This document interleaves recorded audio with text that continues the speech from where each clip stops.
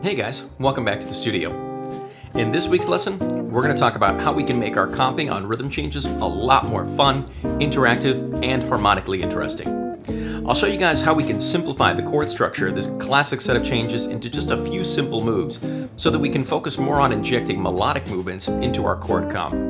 We'll learn a few different melodic pathways that get us through the chords to the A section, and then I'll show you how we can harmonize them and add some rhythmic intensity. You guys ready? Let's get started.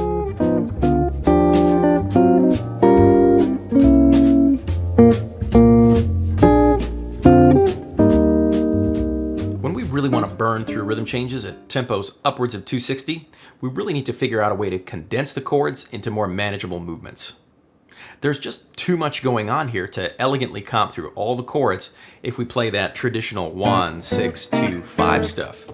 Instead, we can really boil all these moves down to broader harmonic ideas of tonic, subdominant, and dominant. Here's the standard set of rhythm changes chords. If we go through this and analyze the function of each of these chords, we've got the tonic, obviously, then the G7 is the 5 of the 2 chord, which is then the 5 of the 5. So really what's going on here is just a move from 1 going to 5. Then in the next 4 bars, we've got the same thing happening, except we have that D minor 7 standing in for the tonic chord. So again, we can just play 1 going to 5. In the second half of the A section, we get this move from F minor 7 to B flat 7 going to E flat. We can simplify this as just a 5 of 4 change. So that would be B flat 7 moving to the 4 chord, E flat, and that's the subdominant. Finally, the last 2 bars, we've got that 1, 6, 2, 5 thing again. And at this point, we know that really just boils down to a 1 moving to 5, and that takes us around the second A section. All this stuff remains exactly the same for the second A, except the last 2 bars end up getting flipped. Instead of 1 going to 5, this time we get 5 taking us back to 1 before we get to the bridge. So rather than being this really dense progression, rhythm changes actually ends up being pretty simple. This approach to viewing the harmony can really help us out when playing at higher tempos.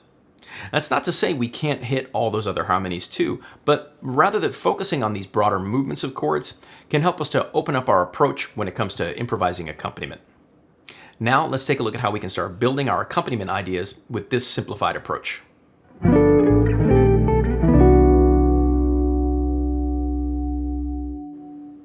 To me, it seems that a lot of players tend to think that comping and melody fall into 2 separate ways of playing. Really, they're one and the same.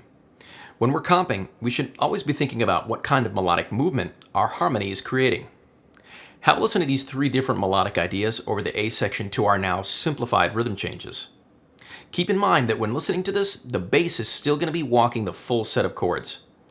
Our goal in simplification is to lessen the amount of moves that we have to make in order to keep our accompaniment from sounding clunky and overbearing.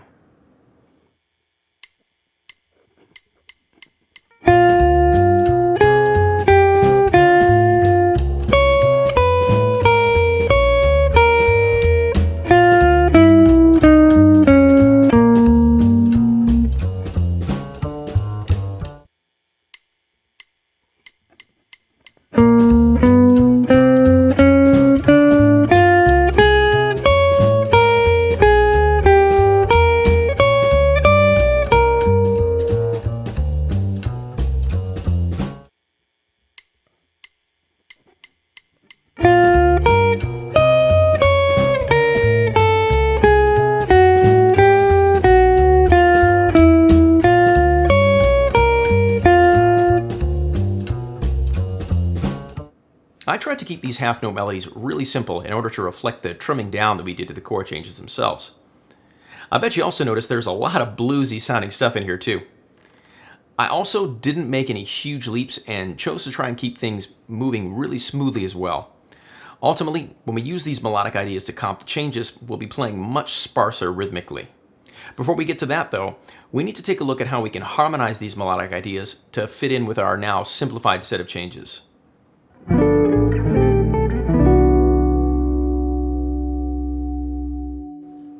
When it comes to harmonization of these melodies, we're looking for chords that have a maximum of 4 notes in them and smooth voice leading. Usually, this is going to mean using some clever substitution and oftentimes leaving out roots or other less important notes. Take a listen to how I chose to harmonize one of those melodic ideas I showed you in the last section.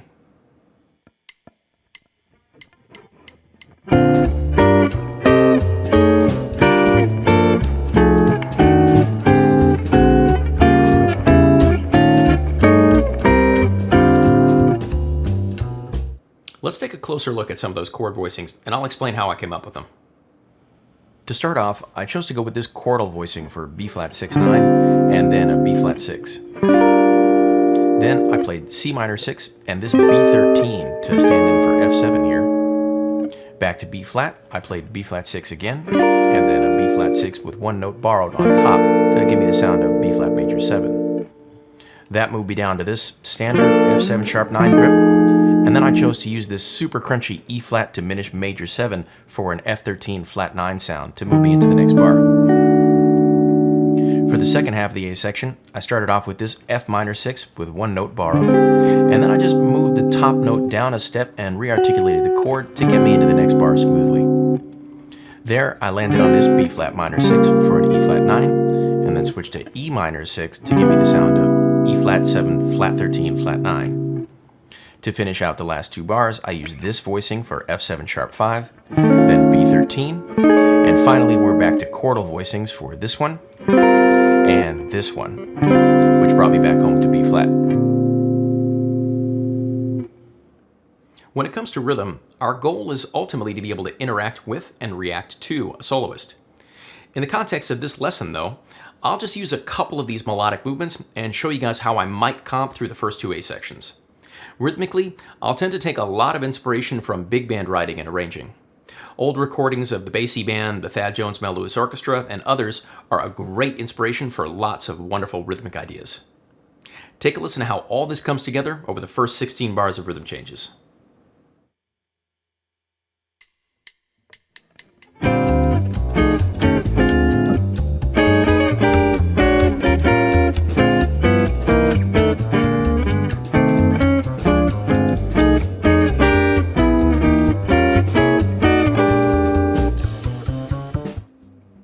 Thanks for hanging around to the end of the video. I hope you guys have found this lesson helpful. And this type of comping can really help you be more interactive as an accompanist, which is definitely going to lead to some great moments between you and the soloist. Let me know down in the comments what you thought of today's lesson. Had you ever heard of this kind of an approach before? As always, don't forget to like the video, subscribe to the channel if you haven't already, and hit that bell for notifications so you don't miss an upload. The full PDF from today's lesson is available over at my Patreon page, along with all the materials from every video on the channel. A huge thanks goes out to my wonderful patrons: PH, Josh, David Zuckerbraun, Petra Caron, David Nickel, Max Irwin, Everton Armstrong, Jay Jarek, and Jazz Luminaire patron Bibop Babadi. Also, joining this week, we've got two new studio members, Bill Jacob and Steven Schwartz. Thank you both so much for your pledges, and welcome to the studio. Thank you all for watching, and I'll see you guys in the next video.